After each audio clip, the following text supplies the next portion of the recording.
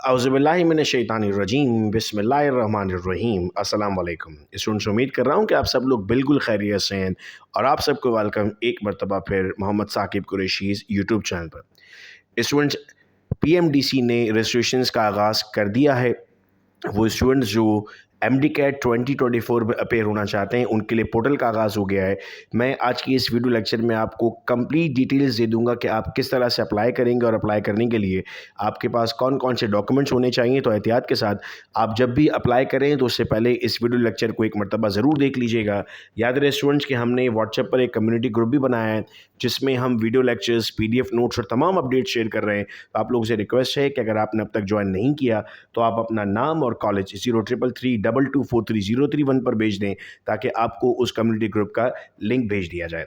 सबसे पहले आप अगर लिखते हैं pmdc.pk तो आपके सामने ये वेबसाइट डोमेन ओपन होता है। कुछ स्टूडेंट्स को यहीं पर पॉपअप हुआ मिल जाएगा एमडी कैट 2024 रजिस्ट्रेशन, और कुछ लोगों को नहीं मिल रहा तो उनको ये वेबसाइट लिखनी पड़ेगी। मैंने स्क्रीन पर लिखा है mdcat.pmdc.pk/account/login।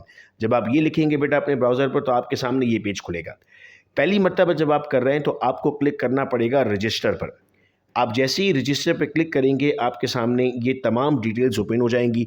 बहुत एहतियात के साथ अपनी डिटेल्स आप मेंशन कीजिएगा। सबसे पहले अपना नाम लिखेंगे एज़ पर योर डॉक्यूमेंट्स, जो मैट्रिक वगैरह के डॉक्यूमेंट्स पर है। फादर नेम लिखेंगे, फिर आइडेंटिफिकेशन टाइप लिखेंगे। आपके पास बे फॉर्म है तो आप बे फॉर्म लिखेंगे। कुछ बच्चे बाहर होते हैं, नाइकॉप लिखते हैं, national identity card of overseas Pakistani. कुछ लोग पासपोर्ट से फिल करते हैं। तो एहतियात के साथ एनआईसी या बे फॉर्म।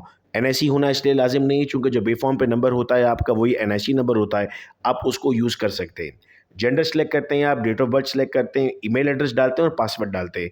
इसको ज़रूर अपने पास कहीं लिख लीजिएगा, अपने घर में किसी को बता दीजिएगा कि आपने कौन सा ईमेल एड्रेस और कौन सा पासवर्ड ऐड किया है। चूँकि मेजॉरिटी स्टूडेंट्स के साथ प्रॉब्लम ये आता है कि वो जब ईमेल और पासवर्ड ऐड करते हैं और बाद में एडमिट कार्ड प्रिंट आउट करने के लिए उनको निकालना होता है तो वो भूल जाते हैं कि उन्होंने ईमेल कौन सा डाला था और पासवर्ड कौन सा डाला था। तो मैं रिकमेंड करूंगा कि आसान पासवर्ड वो रखिएगा जो आपको याद रहे और लिख ज़रूर लीजिएगा उसको एक मरतबा। फिर नीचे जैसे ही आप बेटा सबमिट पे क्लिक करेंगे तो आपके सामने दोबारा ही ओपन हो जाएगा। इस मरतबा आप जाएंगे लॉगिन पर, चूँकि अब आपने रजिस्ट्रेशन करवा ली है अपनी। जब आप लॉगिन पर जाएंगे तो आपके सामने ये जो चीज़ें आपने पीछे मेंशन की थी, चूँकि एक स्टूडेंट का मैंने फिल किया है तो मैं उनकी डिटेल्स को छुपा देता हूँ यहाँ पर। अगर आप में से किसी को भी कोई भी मसला होगा तो जो व्हाट्सएप का नंबर था आप उस पर मुझसे रब्ता कर सकते हैं इस फॉर्म के हवाले से। यहाँ पर अब आपको बहुत एहतियात के साथ लिखना है कि आप कौन से सिटी से बिलोंग करते हैं और आप टेस्ट कहाँ देना चाह रहे हैं और टेस्ट कौन सी यूनिवर्सिटी का देना चाह रहे हैं। देखो, सिंध के स्टूडेंट्स हैं तो वो डिफरेंट यूनिवर्सिटी है, दाऊ यूनिवर्सिटी है।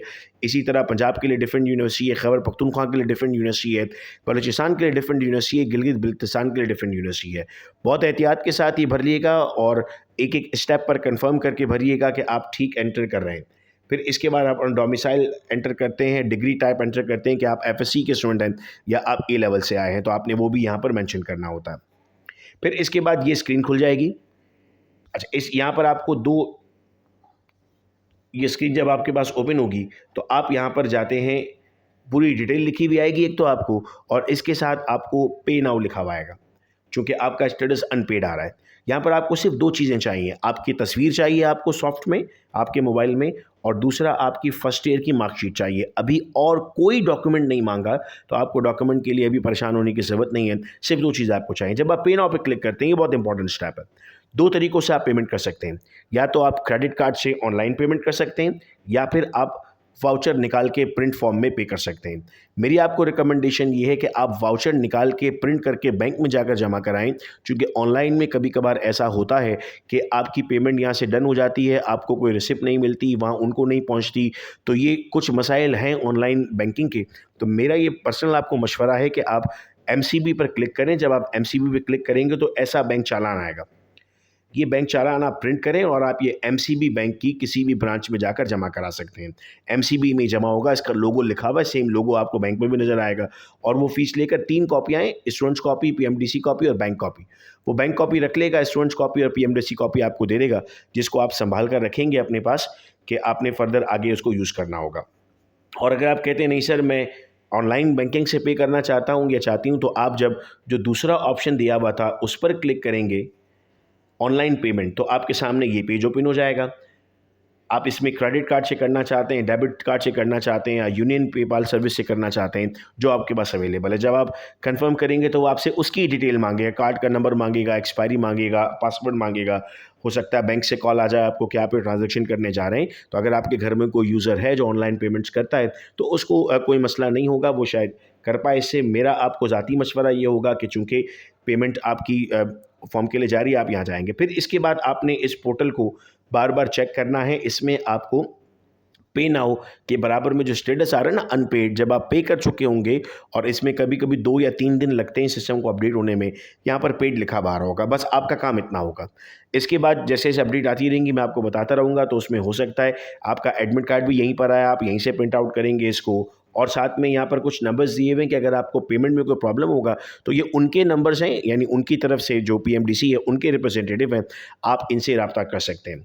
तो उम्मीद करता हूँ कि ये तमाम बातें हमें समझ में आई हैं और इंशाअल्लाह हम और ज़्यादा मेहनत के साथ पढ़ेंगे। और कोई भी मसला अगर होगा आपको तो आप मुझसे रब्ता कर सकते हैं और कम्युनिटी को ज्वाइन कर सकते हैं। फ्रेंड्स के साथ ये वीडियो शेयर कर दीजिएगा। अपना बेहद ख्याल रखिएगा बच्चों, आप सब लोग। अल्लाह हाफ़िज़।